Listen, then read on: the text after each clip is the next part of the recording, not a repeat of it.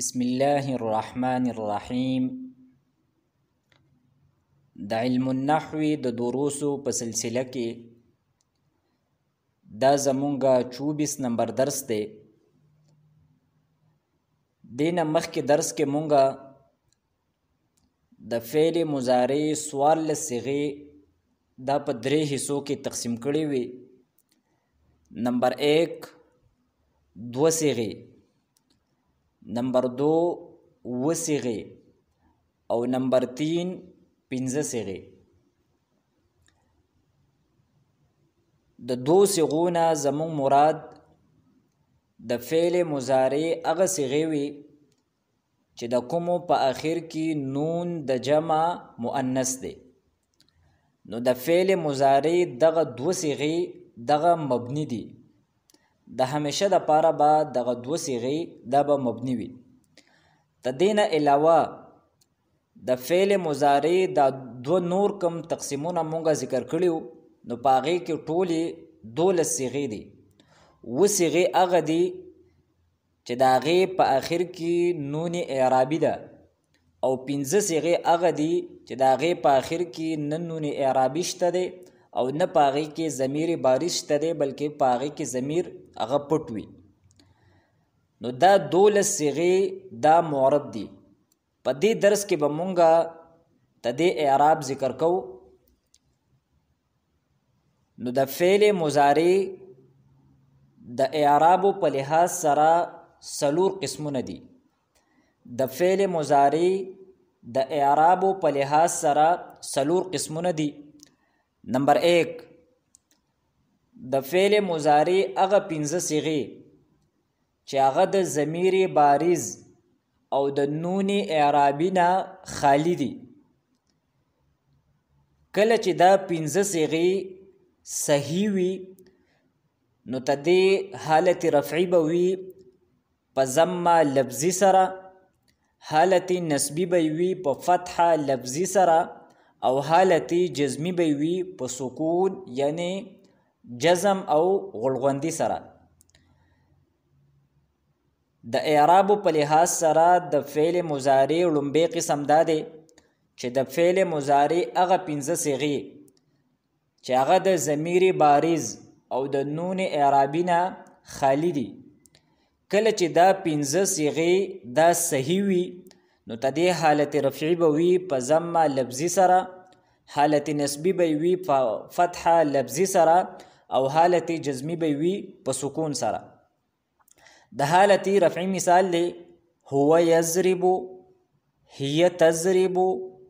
انت تضرب، انا اضرب، او نحن نضرب. نو که مونږ او تاسو وګورو نو دا 15 وانه صيغې دا صحیح دي. صحیح ولې دي؟ ځکه چې تدې د لومبۍ صيغې په آخر کې حرف علت دا نشته دی، او دا په حالت رفعی کې دي. په حالت رفعی کې ولې دي؟ ځکه چې په دې باندې نه د عوامل نواسبونه او نه د عوامل جوازمونه یو عامل داخل دی. نو تدې حالت رفعی دا په ضمې سره ده. نو که مونږ او تاسو وګورو نو په یضربو، تضربو، تضربو، اضربو او نضربو په آخر کې ضمه راغلی ده. او حالت نسبی تدې 5 صيغو په فتحه لفظي سره ده، یعنی داسې فتحې سره ده چې په هغې باندې مونږه تلفظ کوو. نو تدې مثال دی: لن یضرب، لن تضرب، لن تضرب، لن اضرب، لن نضرب. نو دا 15 وانه صيغې دا صحیح هم دي او په حالت نسبی کې دي. په حالت نسبی کې ولې دي؟ ځکه چې د حروف ناصبونه پکې لن داخل شوی دی او دې 15 صيغو لای فتحه ورکړې ده. د حالت جزمی مثال دی: لم یضرب، لم تضرب، لم تضرب، لم اضرب، لم نضرب. نو دا 15 صيغې او دا کوم مثالونه مونږه ذکر کړل نو دا په حالت جزمی کې دي، ځکه چې د حروف جازمونه پکې لم داخل شوی دی او آخر کې د 15 صيغو له جزم ورکړی دی. نو حاصل دا شو چې د فعل مضارع هغه 15 صيغې چې هغه د ضمیر بارز او د نون اعرابي نه خالی وي. کله چې دا 15 صيغې صحیح وي نو تدې حالت رفعی به وي په ضمه لفظي سره، حالت نسبی به وي په فتحه لفظي سره او حالت جزمی به وي په سکون سره. د اعراب دویم قسم دا دی چې د فعل مضارع دغه 15 صيغې یعنی هغه صيغې چې د هغې په آخر کې نه ضمیر بارز شته دی او نه نون اعرابي شته دی. کله چې دا 15 صيغې دا ناقصې واوي وي یا ناقصې یایي وي نو تدې اعراب به وي، تدې حالت رفعي به وي په ضمه تقدیري سره، حالت نسبی به وي په فتحه لفظي سره او حالت جزمی به وي د حرف علت په غورځېدلو سره. د اعراب دویم قسم دا دی چې د فعل مضارع هغه 15 صيغې چې هغه د ضمیر بارز او د نون اعرابي نه خالی دي، کله چې دا 15 صيغې ناقصې واوي وي یا ناقصې یایي وي نو تدې حالت رفعي به وي په ضمه تقدیري سره، حالت نسبی به وي په فتحه لفظي سره او حالت جزمی به وي د حرف علت په غورځېدلو سره. د حالت رفعي مثال دی د ناقصې واوینه لکه هو یغزو، هي تغزو، انت تغزو، انا اغزو، نحن نغزو. نو دا 15 هغه صيغې دي چې د دې په اخر کې نه نون اعرابي شته دی او نه پکې ضمیر بارز شته دی او دا ناقصې واوي دي ځکه چې د دې په اخر کې حرف علت راغلی دی او هغه حرف علت وو دی او دا په حالت رفعي کې دي ځکه چې نه پکې کې د عواملو نواسبو نه یو عامل داخل دی او نه پکې د عوامل جوازمو نه یو عامل داخل دی. نو که مونږ او تاسو وګورو نو تدې ضمه دا تقدیري ده، مونږ ته په لفظونو کې په نظر باندې نه راځي، په اصل کې موجود و لیکن هغه ضمه بیا حذف شوي ده. لہذا تدې 15 صيغو حالت رفعي دا په ضمه تقدیري سره ده او د ناقصې یایینه دا 15 صيغې مونږ سره دي هو يرمي، هي ترمي، انت ترمي، انا ارمي، نحن نرمي. نو دا 15 صيغې اوس د ناقصې یایینه راغلي دي، تدې اعراب هم دغه دي چې حالت رفعي دا په ضمه تقدیري سره ده. چې کله دا 15 صيغې دا په حالت نسبی کې وي خوا که ناقصې واوي وي او که ناقصې یایي وي نو تدې حالت نسبی به وي په فتحه لفظي سره، یعنی په داسې فتحې سره چې هغې باندې به مونږه تلفظ کو. د ناقصې واوینه مثال دی لن یغزو، لن تغزو، لن تغزو، لن اغزو، لن نغزو. نو دا 15 صيغې دا ناقصې واوي دي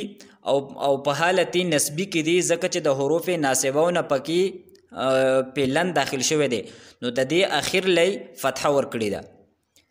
د حالت نسبی مثال دی د ناقصې یایینه لن یرمیا، لن ترمیا،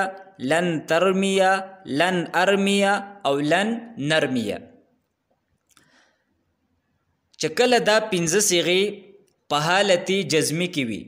خوا که ناقصې واوي وي او که ناقصې یایي وي نو تدې حالت جزمی به وي د حرف علت په حذف سره، یعنی په آخر کې که وو وي نو وو به حذف کیږي او که یا وي نو یا به حذف کیږي. نو د ناقصې واوي مثال دی مونږ سره لم یغزو، لم تغزو، لم تغزو، لم اغزو، لم نغزو. په آخر کې وو نشته دی ځکه چې د لم د داخلېدلو د وجې نه دغه وو دا حذف شو. نو دا 15 صيغې دا په حالت جزمی کې دي ځکه چې د لم د داخلېدلو د وجې نه هغه وو چې هغه په حالت رفعي او په حالت نسبی کې موجود نو د لم د دخول د وجې نه دغه وو دا حذف شو. د ناقصې یایینه د دې 15 صيغو د حالت جزمی مثال دی لم یرمي، لم ترمي، لم ترمي، لم ارمي، لم نرمي. نو دا 15 صيغې دا ناقصې یایي دي او په حالت جزمی کې دي ځکه چې لم په داخل شوی دی او مونږ دا ویل چې د دې حالت جزمی دا به د حذف په حرف علت سره وي نو د لم د داخلېدلو د وجې نه د دې 15 صيغو د اخر نه یا غورځېدلې ده. نو د اعرابو ته د دویم قسم حاصل دا شو چې د فعل مضارع هغه 15 صیغې چې هغه د نون اعرابي او د ضمیر بارز نه خالی دي. کله چې دا 15 صیغې ناقصې واوي وي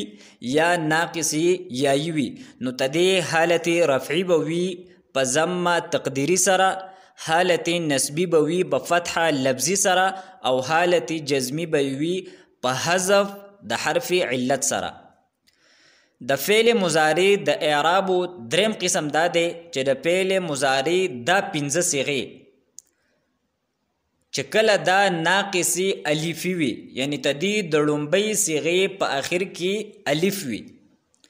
نو تدې اعراب بداوي، تدې حالت رفعي به وي په ضمه تقدیري سره، حالت نسبی به وي په فتحه تقدیري سره، او حالت جزمی به وي د الف په غورځېدلو سره. چې کله دا 15 صیغې دا ناقصې الفي وي نو تدې حالت رفعي به وي په ضمه تقدیري سره، حالت نسبی به وي په فتحه تقدیري سره، یعنی فتحه به په لفظونو کې موجود نه وي، او حالت جزمی به وي د الف په غورځېدلو سره. د حالت رفعي مثال دی هو يرضى، هي ترضى، انت ترضى، انا ارضى، او نحن نرضى. نو دا هغه 15 صیغې دي چې تدې په اخر کې نه نون اعرابي شته دی او نه پکې ضمیر بارز شته دی، او دا ناقصي الفي دي ځکه چې په اخر کې الف راغلی دی. او دا 15 صیغې دا کم مثالونه مونږ ذکر کړل نو دا په حالت رفعي کې دي. په حالت رفعي کې ولې دي؟ ځکه چې نه پې د عوامل نواسبونه او نه پکې د عوامل جوازمونه یو عامل داخل دی، نو تدې حالت رفعي ده په ضمه تقدیري سره. د حالت نسبی مثال دی لن يرضى، لن ترضى، لن ترضى، لن ارضى، لن نرضى. لن په داخل شوی دی نو په دې صورت کې تدې کم نسب دی نو هغه په فتحه تقدیري سره دی، یعنی په لفظونو کې موجود نه دی. د حالت جزمی مثال دی لم يرضى، لم ترضى، لم ترضى، لم ارضى، لم نرضى. په دې صورت کې به مونږ نه راکاږو ځکه چې په آخر کې الف دا موجودو، خو لیکن د لم د دخول د وجې نه هغه غورځېدلی دی ځکه چې دا 15 صیغې په حالت جزمی کې دي. نو د حالت جزمی به تدې وي د الف په حذف سره. د فعل مضارع د اعرابو څلورم او اخرنی قسم دا دی چې د فعل مضارع هغه 9 صیغې چې د هغې په آخر کې نون اعرابي وي او د هغې په آخر کې ضمیر بارز هم وي. نو دغه 9 صیغې خوا که دا صحیح وي یا ناقصې واوي وي یایي وي او که الفي وي نو تدې حالت رفعي به وي د نون په اثبات سره، یعنی د نون د باقی پاتې کېدلو سره. یعنی کله چې د دې 9 صیغو په آخر کې نون موجودو نو موږ ته به دا پته لګي چې دا په حالت رفعي کې دي، او حالت نسبی او حالت جزمی دواړه به وي د نون په غورځېدلو سره. د فعل مضارع د اعرابو په لحاظ سره څلورم قسم دا دی چې د فعل مضارع هغه 9 صیغې چې د هغې په آخر کې نون اعرابي ده نو دغه 9 صیغې خوا که دغه فعل مضارع ناقص که صحیح وه، که ناقص واوي وه، که یایي وه، او که الفي وه نو تدې حالت رفعي به وي د اثبات نون سره، حالت نسبی او حالت جزمی به وي په حذف د نون سره. اوس موږ ته دې مثالونه ذکر کوو.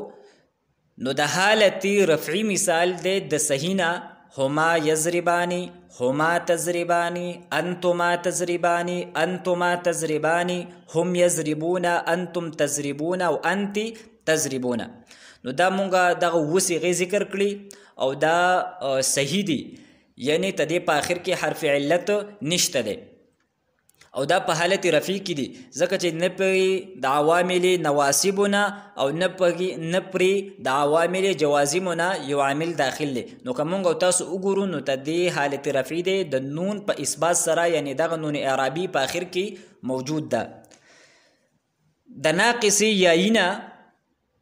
د حالت رفی مثال دی تدی وو صيغو هما يرمياني هما ترمياني انتما ترمياني انتما ترمياني هم يرمون انتم ترمون او انت ترمينا نو دا د حالت رفی مثال دی د ناقص یاینا نو تدی حالت رفی دی د نون په اثبات سره د ناقص واوینه مثال له هما يغزواني هما تغزواني انتما تغزواني انتما تغزواني هم يغزون انتم تغزون انت تغزینا نو تدی حالت رفی ده په اثبات د نون سره او دغه سي د ناقص الفینه د وسغی دی هما يرزویانی هما ترزویانی انتما ترزویانی انتما ترزویانی هم يرزون انتم ترزون انت ترزوینا نو د وسغی ناقص الفی دی او تدی حالت رفی ده په اثبات د نون سره دی نو د حالت رفی حاصل دا شو چې د فعل مضارع دغه وسغی د کوم په اخر کې چې نون اعرابي دی خوا کدا صحیح وي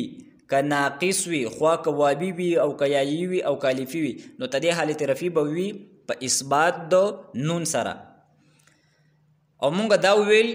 چې تدې وو صيغو خوا کدا په هر حالت کې وي نو تدې حالت نسبی به وي په حذف د نون اعرابي سره نو د صحیح نه تدی وو صيغو مثال لن يضرب لن تضرب لن تضرب لن تضرب لن يضرب لن تضرب او لن تضرب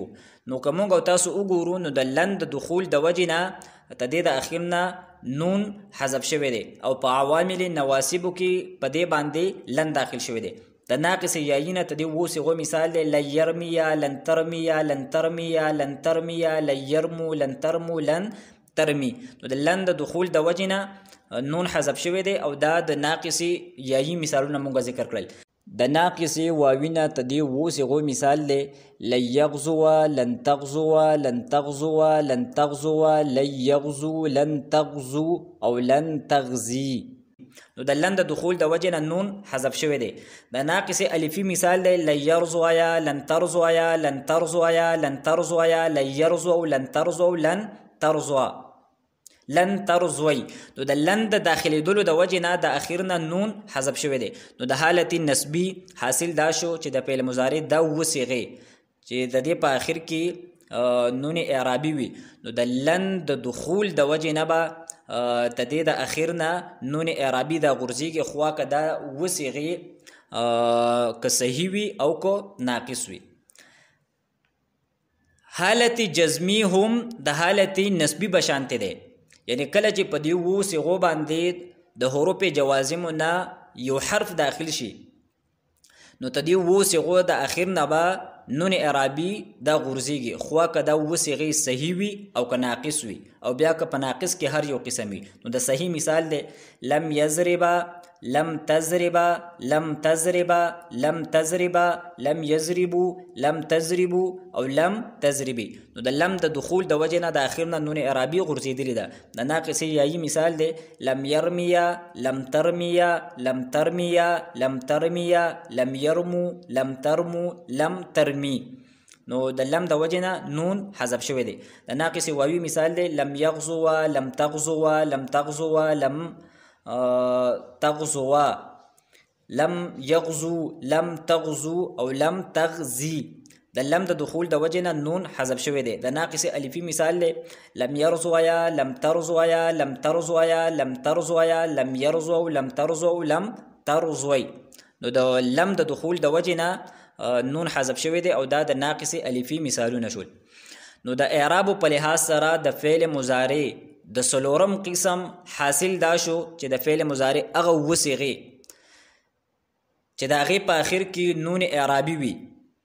نو دغه وسغه خوا کدا صحیح وي او که ناقص وي بیا که د ناقص په قسمونو کې ار یو قسم وي که واوي وي او که یایی وي او کالفي وي نو تدغه حالت رفیبه په اثبات د نون اعرابي سره وي او حالت نسبی او حالت جزمی په حذف د نون اعرابي سره وي او داغي مثالونه مونږه په تفصیل سره ذکر کړل نو زمونږه د نننی درس حاصل دا شو چې د فعل مضارع پورا گردان مونږه په درې حصو باندې تقسیم کړو دو صيغې 15 صيغې او و صيغې نو دغه دو صيغې دغه خو مبني دي جمع مؤنث غائب او جمع مؤنث حاضر تدین علاوه د فعل مضارع د نور دو کم قسمونه دي او په دې کې ټولي 12 صيغې دي نو دغه 12 صيغې معرب دي. نو بیا د دغه کومه فعل مضارع معرب چې دا نو تدې د اعراب په لحاظ سره 3 قسمونه وو. لومبی قسم داو چې د فعل مضارع هغه 15 صيغې چې د هغې په آخر کې نون اعرابي هم نشته او نون جمع مؤنث هم نشته او نه د هغې په آخر کې ضمیر بارز شته دی بلکې په دغه کې ضمیر پټ وي. نو چې کله دا 15 صيغې دا صحیح وي نو تدې اعراب به وي رفع به وي په ضمه لفظي سره، حالت نسبی به وي په فتحه لفظي سره او حالت جزمي به وي په سکون سره. د اعراب دویم قسم داو چې د فعل مضارع دغه 15 صيغې چې کله دا ناقص واوي وي یا ناقص یايي وي نو تدې اعراب به وي رفع به وي په ضمه تقدیری سره، نصب به وي په فتحه لفظي سره او حالت جزمي به وي د حرف علت په غورځیدلو سره. دریم قسم داو د فعل مضارع دغه 15 صيغې چې کله دا ناقص الفي وي نو تدې حالت رفعي به وي په ضمه تقدیری سره، حالت نسبی به وي په فتحه تقدیری سره او حالت جزمي به وي د الف په غورځیدلو سره. او څلورم قسم داو چې د فعل مضارع هغه 9 صيغې چې د هغې په آخر کې نون اعرابي ده نو خوا که دغه 9 صيغې صحیح وي او خوا که ناقص وي بیا که د ناقص په قسمونو کې هر یو قسم وي نو تدې حالت رفعي به وي په اثبات د نون اعرابي سره او حالت نسبی او حالت جزمي به وي په حذف د نون اعرابي سره. تدې ځای پورې زمون کم دریم بابو یعنی د معرب د هغې تفصیل او د هغې وضاحت هغه سر ته ورسید. ان شاء الله تعالی د آینده درس نه به مونږه څلورم باب او هغه مونږه ذکر کړی چې هغې کې به مونږه د مبني تفصیلات وایو هغه شروع کوو. واخر دعوانا ان الحمد لله رب العالمين.